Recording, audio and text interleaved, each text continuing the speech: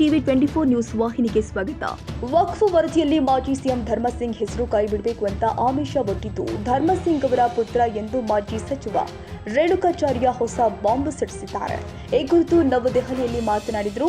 ವಕ್ಫ್ ವರದಿಯಲ್ಲಿ ಮಾಜಿ ಸಿಎಂ ಧರ್ಮಸಿಂಗ್ ಹೆಸರನ್ನ ಕೈಬಿಡಬೇಕು ಅಂತ ಅನ್ವರ್ ಮಾನಪ್ಪಾಡಿಗೆ ಧರ್ಮಸಿಂಗ್ ಪುತ್ರ 150 ಕೋಟಿ ಆಮಿಷ ಒಡ್ಡಿದ್ರು ಎಂದು ಹೇಳಿದ್ದಾರೆ.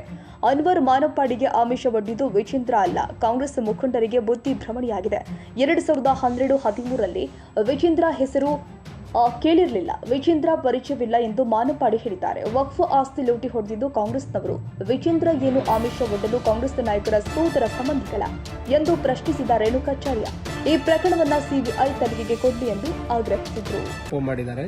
150 ಕೋಟಿ ಕೊಡ್ತೀವಿ, ನೀವು ಸುಮ್ಮನಿರಿ ಅನ್ನುವಂಥ ನಿಟ್ಟಿನಲ್ಲಿ ಹೇಳಿದ್ದಾರೆ ಅಂತ ಅದನ್ನು ಸಿದ್ದರಾಮಯ್ಯ ಅವರು ಕೂಡ ಹೇಳಿದ್ರು. ಯಾರು ಹೇಳಿದ್ದಾರೆ?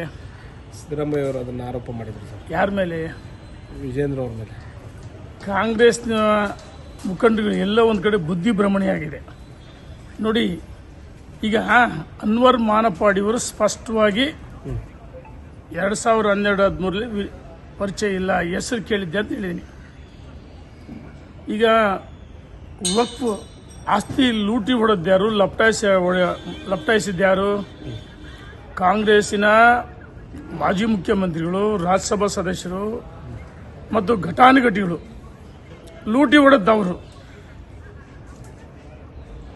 ಆ ಲೂಟಿ ಹೊಡೆದವ್ರನ್ನ ರಕ್ಷಣೆ ಮಾಡೋಕ್ಕೆ ವಿಜೇಂದ್ರ ಅವ್ರ ಸೋದರ ಸಂಬಂಧಿಗಳ ಅಳಿಯನ ಮಾವನ ವಿಜೇಂದ್ರಿಗೆ ಏನು ಸಂಬಂಧ?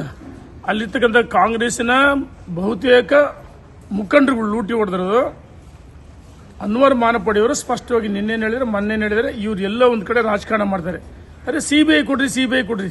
ನಾನು ಕೇಳಕ್ಕೆ ಇಚ್ಛೆ ಪಡ್ತೀನಿ, ಸಿಬಿಐ ಮೇಲೆ ಯಾಕೆ ಇಷ್ಟು ನಿಮಗೆ ಪ್ರೀತಿ?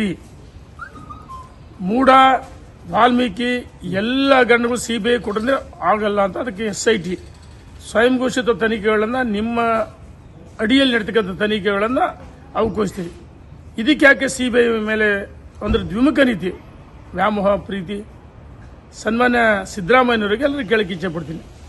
ಮಾಜಿ ಮುಖ್ಯಮಂತ್ರಿಗಳಂದ್ರೆ ಆ ವಕ್ಫ್ ಆಸ್ತಿ ಬಹಳಷ್ಟು ಜನ ಹೆಸರುಗಳಿವೆ. ದಿವಂಗತ ಧರ್ಮಸಿಂಗ್ ಅವರು, ನಾನು ಗೌರವ ಇದೆ ಅವ್ರ ಬಗ್ಗೆ. ಅವರು ಮುಖ್ಯಮಂತ್ರಿಗಳಾಗಿದ್ದಂಥವ್ರು, ಅನೇಕ ಹುದ್ದೆಗಳು ಅಲಂಕರಿಸಿದಂಥವ್ರು. ಅವರ ಏನು ಹೆಸರಿದೆ, ಅವರ ಹೆಸರು ಅದನ್ನು ಕೈ ಬಿಡಬೇಕಂತೇಳಿ ಆಸೆ ಒಡ್ಡಿದ್ದು ದಿವಂಗತ ಧರ್ಮಸಿಂಗ್ ಅವರ ಪುತ್ರ. ಮಾಜಿ ಮುಖ್ಯಮಂತ್ರಿಗಳು ಯಾರು? ಕಾಂಗ್ರೆಸ್ನವರು. ಲೂಟಿ ಹೊಡೆದ್ಯಾರು? ಕಾಂಗ್ರೆಸ್ನವರು. ಏನು ಯಡಿಯೂರಪ್ಪನವರು ವಕ್ಫ್ ಆಸ್ತಿ ನುಂಗಿದಾರಾ? ಅಥವಾ ಬಿಜೆಪಿ ಮುಖಂಡರ ನುಂಗಿದಾರಾ? ಅಥವಾ ವಿಜೇಂದ್ರ ಸಂಬಂಧಿಕರು ನುಂಗಿದಾರಾ? ಅವರನ್ನ ರಕ್ಷಣೆ ಮಾಡಬೇಕಂತೇಳಿ 150 ಕೋಟಿ ಆಮಿಷ ಒಡ್ಡಿದ್ದು ಅನ್ವರ್ ಮಾನಪ್ಪಾಡಿಯವರು ಹೇಳಿದ್ದಾರೆ.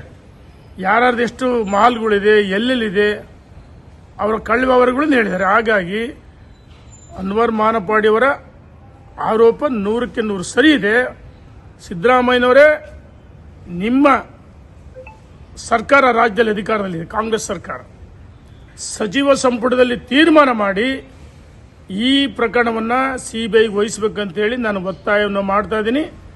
ಸಿಬಿಐ ತನಿಖೆ ಮಾಡಿದರೆ ಏನು ಅಲಿಬಾಬಾ ಚಾಲಿಸ್ವರದಲ್ಲ ಕಳ್ಳರ ಕೂಟ ಅದೆಲ್ಲ ಹೊರಗಡೆ ಬರುತ್ತೆ. ವಿಜೇಂದ್ರಗೆ ಇದಕ್ಕೆ ಸಂಬಂಧ ಇಲ್ಲ. ಯಾರು ವಿಜೇಂದ್ರ ಮೇಲೆ ಆರೋಪ ಮಾಡ್ತಾರೆ ಬಹುಶಃ ಎಲ್ಲ ಒಂದು ಕಡೆ ಬುದ್ಧಿ ಭ್ರಮಣೆ ಆಗಿದೆ ಅಂತ ಹೇಳಿಕ್ಕೆ ಇಚ್ಛೆ ಪಡ್ತೀನಿ.